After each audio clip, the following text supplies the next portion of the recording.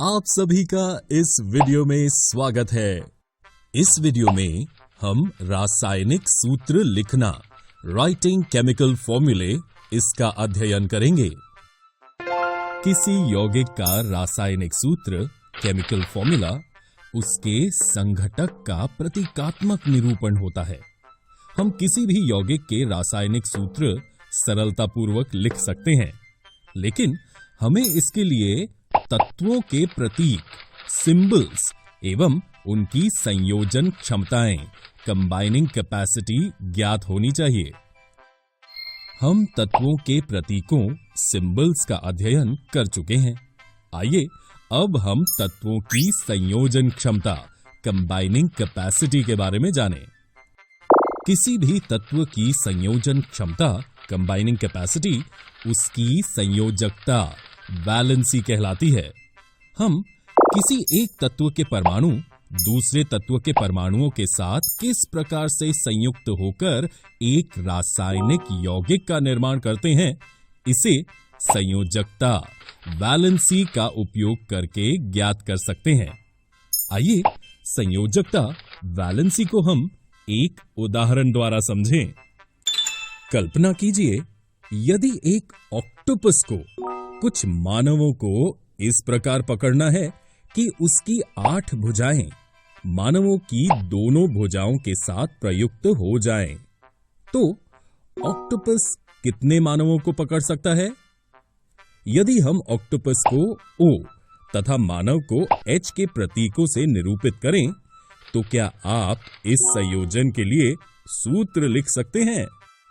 Octopus 4 मानवों को पकड़ सकता है, इसलिए हम इसके सूत्र को OH4 के रूप में लिख सकते हैं, जहां 4 ऑक्टोपस द्वारा पकड़े गए मानवों की संख्या को प्रदर्शित करता है।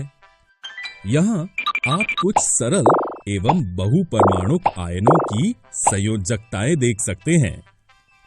आइए अब हम रासायनिक सूत्र, केमिकल फॉर्मूले लिखने के नियमों को देखें। 1. आयन की संयोजकता, वैलेंसी अथवा आवेश, चार्ज, संतुलित होना चाहिए। उदाहरणतः हाइड्रोक्लोरिक अम्ल यौगिक का सूत्र है HCl, जहां हाइड्रोजन H+ तथा क्लोरीन Cl- दोनों की संयोजकता 1:1 हैं, जो इस सूत्र में संतुलित हैं। 2. जब एक यौगिक किसी धातु एवं अधातु के संयोग से निर्मित होता है, तो धातु के नाम अथवा उसके प्रतीक को रासायनिक सूत्र में पहले लिखते हैं। उदाहरणतः कॉपर ऑक्साइड CuO, जहां ऑक्सीजन O अधातु है, इसलिए उसे हम दाईं तरफ लिखते हैं, और कॉपर Cu धातु है, इसलिए हम इसे बाईं तरफ लिखते हैं। 3.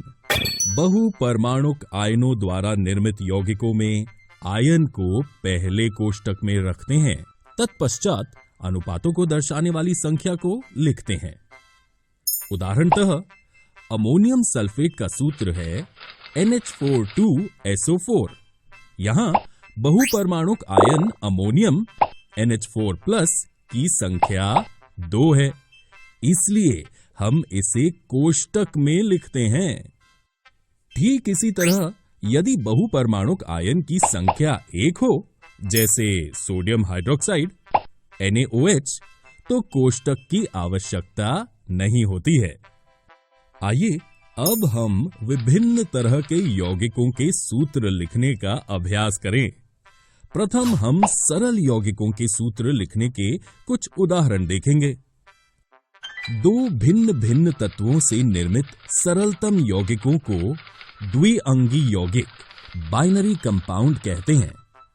उदाहरण के लिए हाइड्रोजन सल्फाइड जैसे आणविक यौगिकों के सूत्र लिखते समय हम पहले संघटक तत्वों हाइड्रोजन एवं सल्फाइड के प्रतीक H और S लिखकर उनकी संयोजकताएं 1 एवं 2 लिखते हैं। तत्पश्चात संयोजित परमाणुओं की संयोजकताओं को क्रॉस ओवर करके इस तरह से H2S अणु सूत्र लिखते हैं।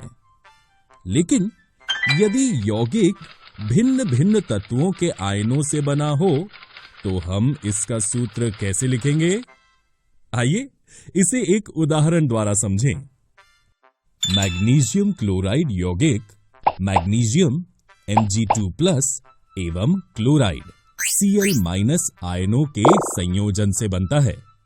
इसका सूत्र ज्ञात करने के लिए पहले हम धनायन मैग्नीशियम का संकेत Mg2+ लिखते हैं। इसके पश्चात ऋणायन क्लोराइड Cl- लिखते हैं। तत्पश्चात इनके आवेशों को हम आड़ा तिरछा करके हम सूत्र MgCl2 प्राप्त करते हैं। इस प्रकार हम देख सकते हैं कि मैग्नीशियम क्लोराइड के अणु MgCl2 में 2 क्लोराइड आयन Cl- प्रत्येक मैग्नीशियम आयन Mg2+ के लिए होते हैं। ध्यान देने योग्य है कि इस प्रकार के सूत्र में आयनों के आवेशों को नहीं दर्शाया जाता है। आइए अब हम बहुपरमाणुक आयनों वाले यौगिक के सूत्र लिखने के कुछ उदाहरण देखें। जब बहुपरमाणुक आयन वाले यौगिक में एक ही आयन विद्यमान हो तो हम कोष्टक का उपयोग नहीं करते। उदाहरणतः सोडियम कार्बोनेट में एक परमाणु वाले सोडियम आयन Na+ के 2 आयन तथा बहुपरमाणुक कार्बोनेट आयन CO3+ का एक ही आयन विद्यमान है।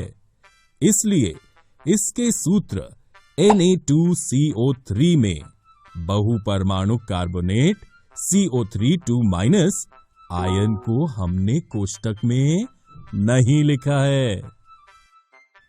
जब सूत्र में एक ही आयन के 2 या 2 से अधिक आयन होते हैं तो हम उनके लिए कोष्टक का उपयोग करते हैं। जैसे कैल्शियम हाइड्रोक्साइड का सूत्र कोष्टक के साथ CaOH2 है, न कि यूं ही CaOH2। यहां OH को कोष्टक में लिखकर पादांक 2 लगाते हैं, जो ये निर्दिष्ट करता है कि एक कैल्शियम परमाणु के साथ 2 हाइड्रोक्सिल समूह जुड़े हैं। इस वीडियो में हमने रासायनिक सूत्र लिखना, राइटिंग केमिकल फॉर्मूले सीखा।